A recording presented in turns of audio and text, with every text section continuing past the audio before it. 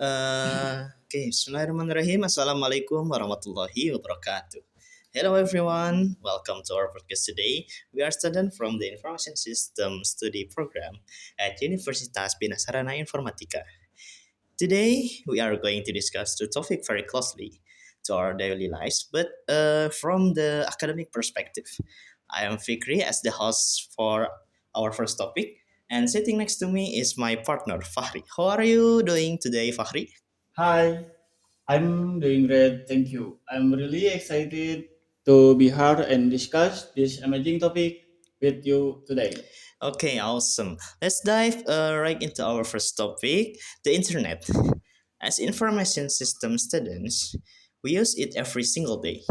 But if you had to define the internet from a more technical and academic standpoint, how would you define it?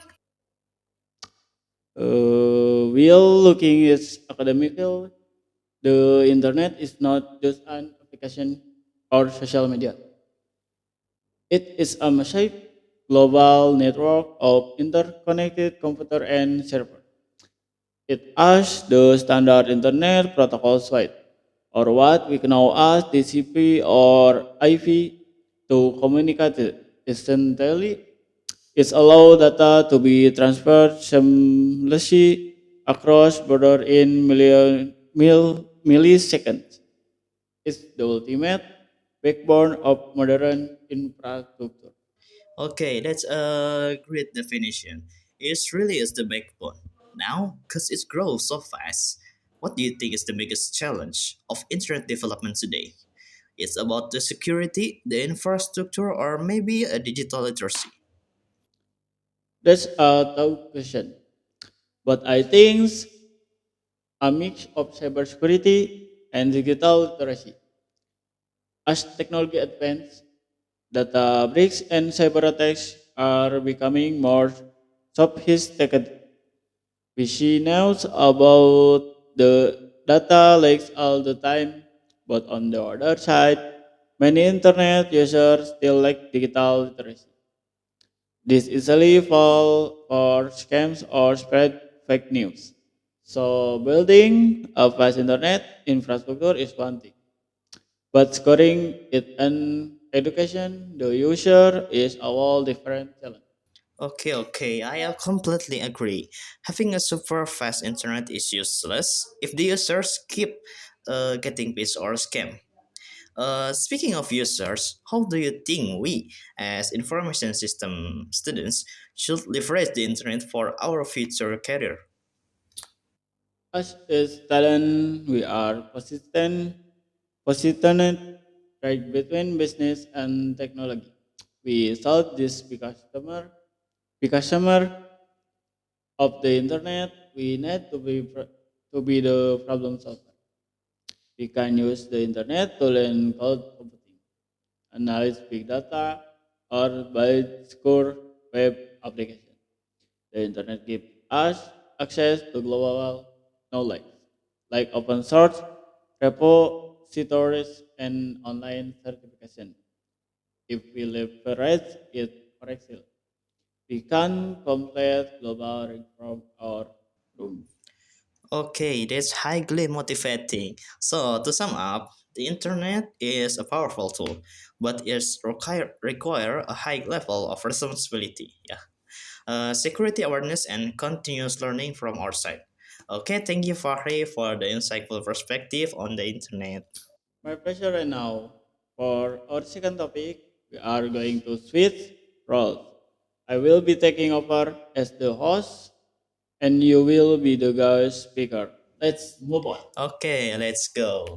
Dari sebuah konsep revolusioner yang menghubungkan beberapa pak komputer, lahirlah jaringan global yang mengubah dunia. Hari ini, internet menghubungkan kita semua, dan di dalamnya menjadi tulang punggung komunikasi modern. Sejak diciptakan, email telah menghubungkan jutaan orang, mengirimkan informasi dalam sekejap mata, lintas benua. The internet is a global network of interconnected computers communicating and sharing data. And at its heart is email, a simple yet powerful tool that connects billions of people across the globe. It's a universal digital letter, simple, reliable, and timeless.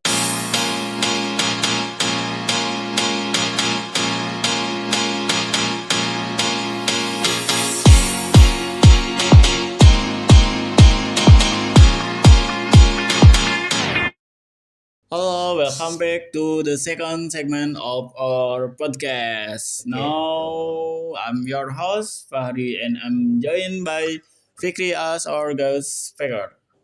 We are going to discuss our second topic, email. Now, let's be honest, many students nowadays prefer instant message apps like WhatsApp, Discord, or Slack. Some people even say email old fashioned. Do you think email is still relevant today? Okay, that's a very common misconception. While instant messaging is great for quick casual chats, email remain absolutely irreplaceable in the professional and academic world. Emails serve as a formal, legal, and organized record of communication. In business, contract, official announcement, and professional inquiry are always sent via email because it provides a reliable paper trail that can be archived and searched easily. So, no, email is definitely not dead. It's the standard for professionalism. True. I can imagine applying for a job via WhatsApp, but speaking of student, we often hear lectures complain about how students read emails. From your observation, what are the most common mistakes students make when sending an email, a lecture, or a company? Okay, there are quite few. The most common mistake is leaving the subject line blank, or worse, writing the whole message inside the subject line. Another mistake is using informal language, like using slang or shortcut like TX that is thanks or PLS that this is please. Students also frequently forget to introduce themselves clearly or fail to check if they actually attach the file correctly what they mention. A professional email needs a clear subject, a valid greeting, a concise body text, and a profile signs off. Wow, those are very vertical points. I hope everyone watching this text notes now. Let's look at it from a technical aspect.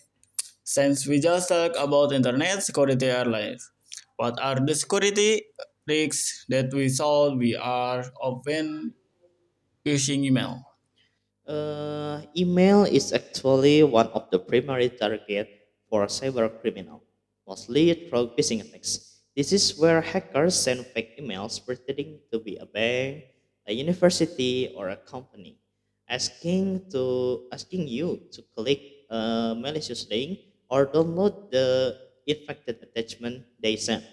Once you click it, they can steal your password or infect your system with malware. That's why we must always verify the sender's actual email address, never click suspicious link, and always enable two-factor authentication on our email account. Excellent advice. Security always comes first. Well, it's not emails. It's much deeper and more complex than just hitting the send button. Yeah. Thank you so much, Fikri, for sharing your knowledge with us. Okay, you're very welcome, Fahri. It was a great discussion. Alright, guys, that were up our podcast today covering both the internet and email. We hope the discussion gives you a broader, more academic perspective on the tools we use every day. Thank you for watching. Stay safe online And and see see you you next next time. time. Bye Bye bye. bye.